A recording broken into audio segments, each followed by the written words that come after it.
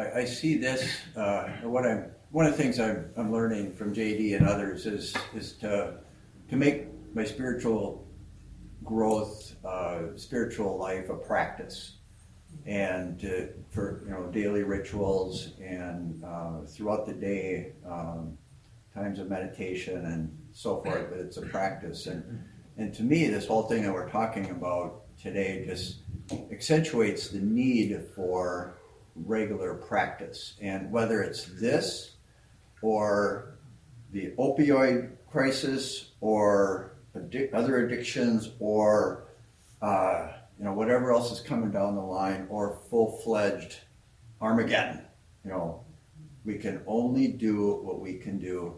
And number one, first things first, is taking care of ourselves. And this is where I hear you're going with it. Taking care of ourselves, making sure we are in balance for ourselves personally. And to me, that's the greatest gift we can give all humanity.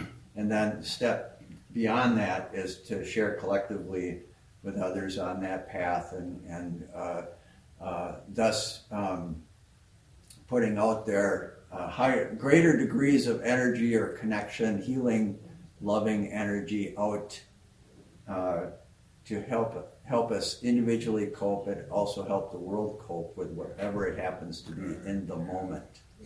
And so, just again, accentuating the need for practice, just ongoing, and applying it to I call it coronavirus. walking meditation. Yes.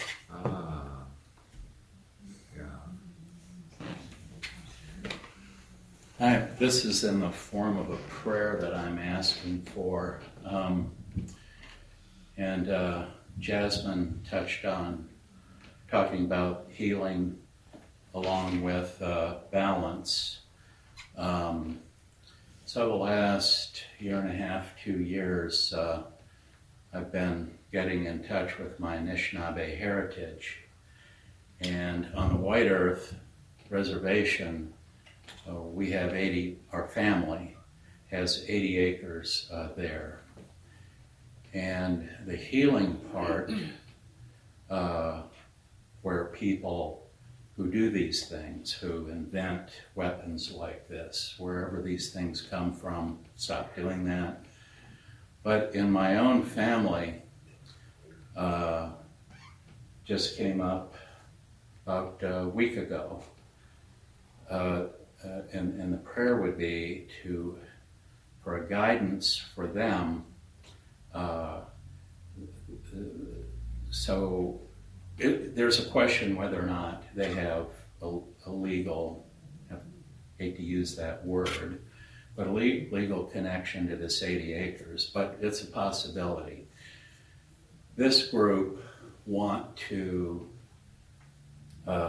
mine the land for any mineral wealth it might have, clear cut the trees, and in a short term extract any monetary value, quote unquote, that this land might have. Well, as of yesterday, I don't think most likely that's going to happen. The issue is, talking about the Mississippi River, is that there's a lake, there's a spring just off the northwest corner of our land. This spring runs through our land, and it's one of the streams that feeds Lake Itasca. Lake Itasca is the headwaters for the Mississippi River. So anything that happens to this land is going to poison, to some degree or another, the Mississippi River. But the thing that hurts me so bad about this is that on that side of the family, they're at least a quarter blood quantum Anishinaabe, and yet have that mindset that this non-native view of the most precious thing there is, one of them, water, and honoring the earth, and they're the antithesis of that. So even in the Native American community, which I'm awakening to this, is just a reality, like other segments of our society, just because of your ethnic or racial background or your heritage, even in a family, of course it shouldn't be a surprise, I suppose, but you can be diametrically opposed in your attitude. But I now know how serious this stuff is. I mean, just protecting the land and honoring it and protecting the water.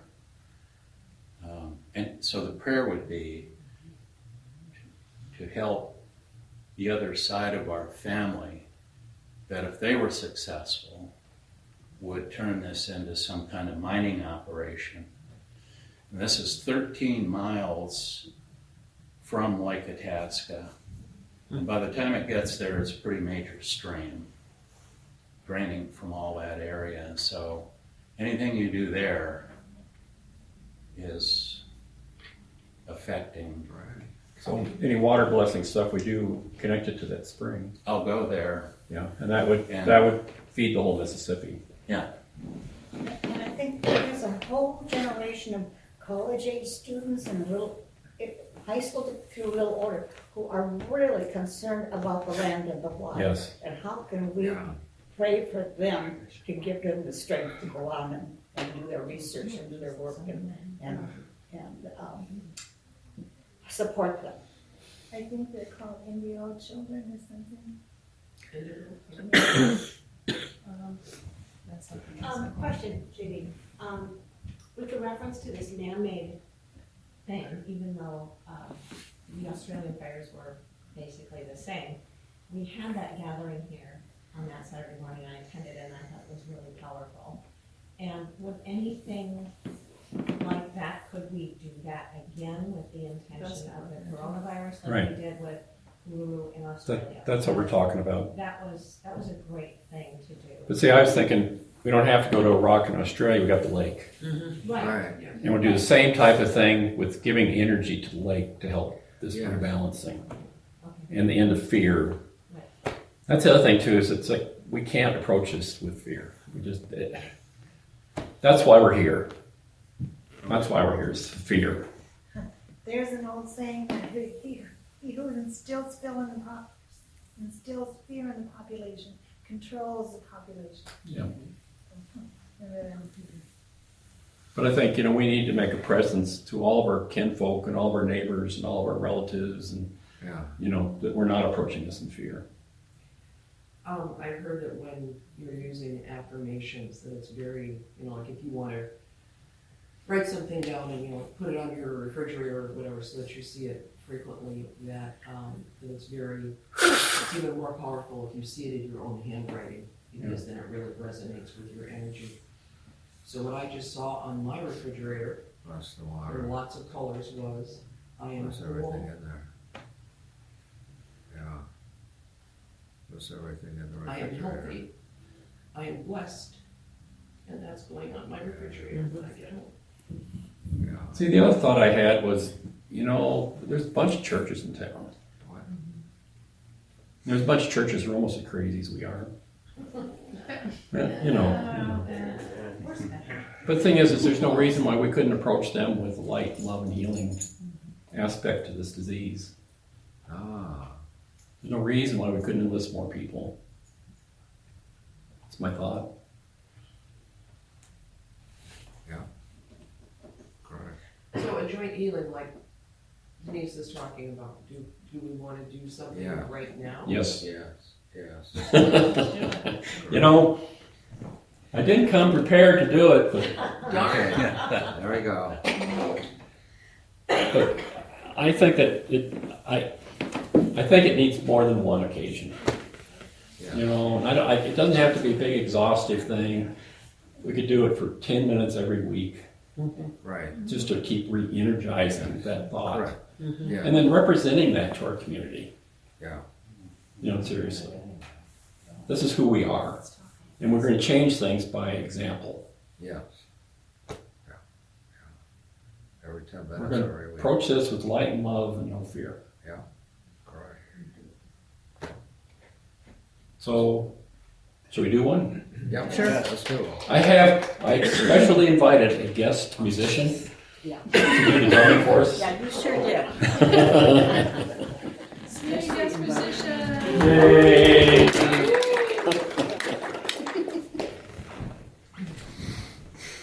Do I have a job? Oh, I mean, Thingamabob? thingamabob. So you gotta watch. You gotta watch. In fact, I have my cell phone up there, but it goes off, in like seconds.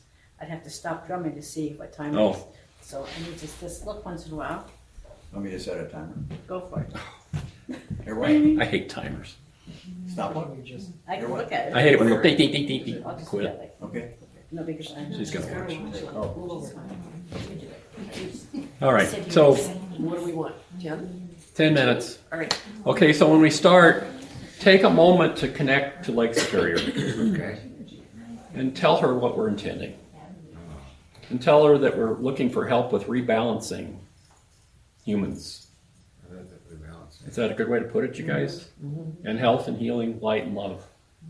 And we're going to send her energy. Please ask for her help Okay, in her watershed. yeah, Sound good? yeah, okay, Maestro. good.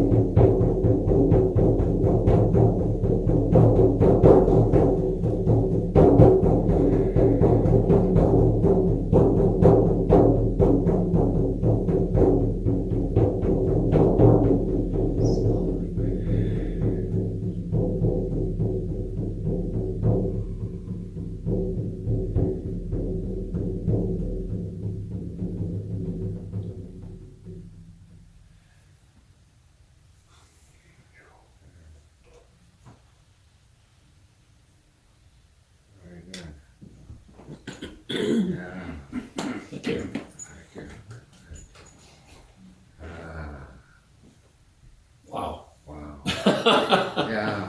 Went a long ways All there. this water, I gotta go pee. Yeah.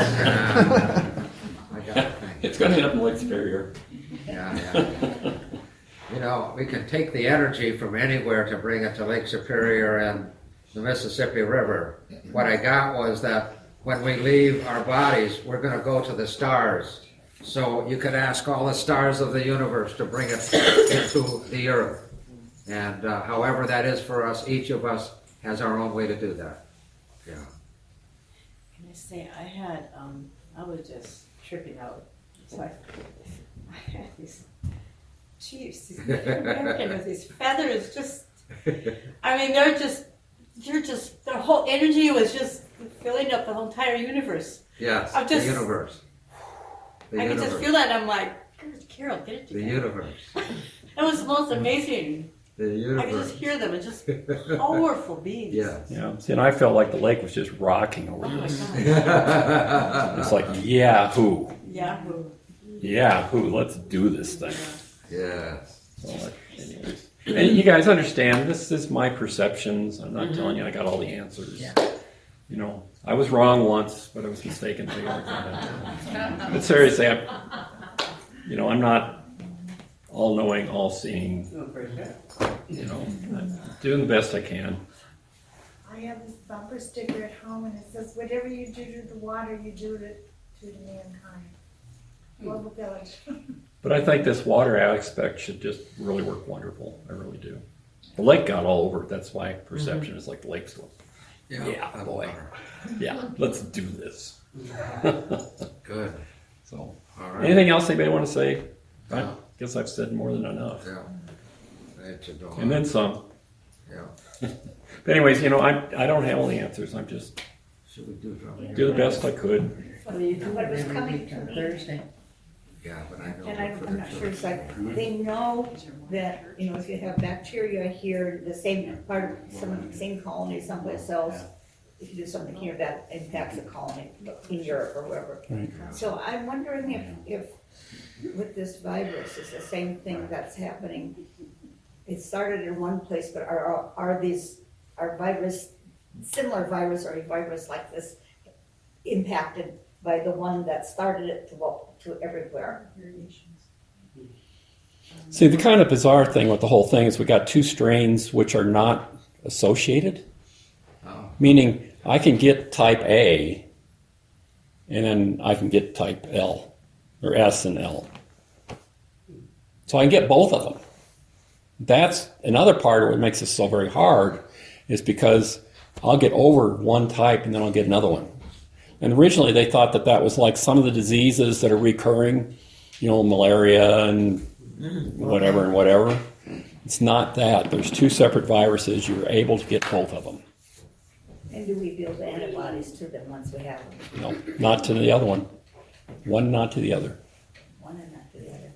So you're saying there's two viruses? I missed the first part. Yeah, part type L and part S. One is, they're both equally contagious. They both have the same incubation period, which makes it really hard to control. They both have the same aspect that they can infect you without symptoms, which makes it, again, very hard to control. And one of them is milder than the other. The type L, I think it was, is very strong. And then most of the deaths are occurring with that. And what I'm hoping is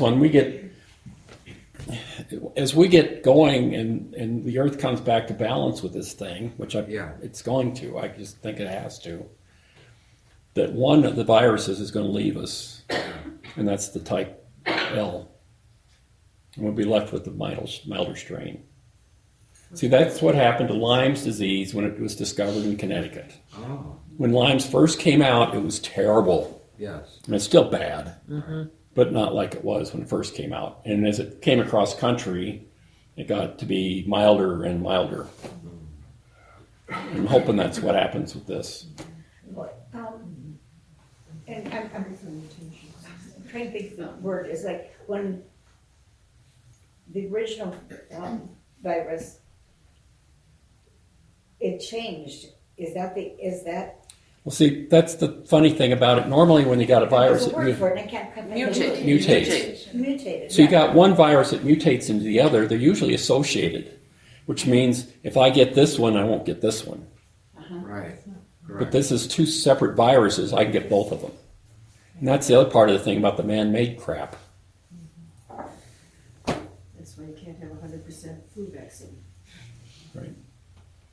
And they will come up with a vaccine with this in a year or two. But see, the other one went worldwide in like 2 months.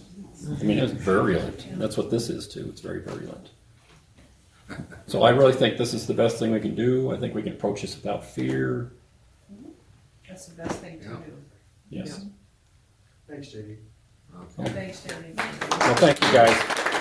You know, I wonder about bringing this stuff to you sometimes because I realize I'm out in the far edge of reality. And I know there's people going, oh, dude's been out in the woods too long. But anyways, thank you guys. Thank you.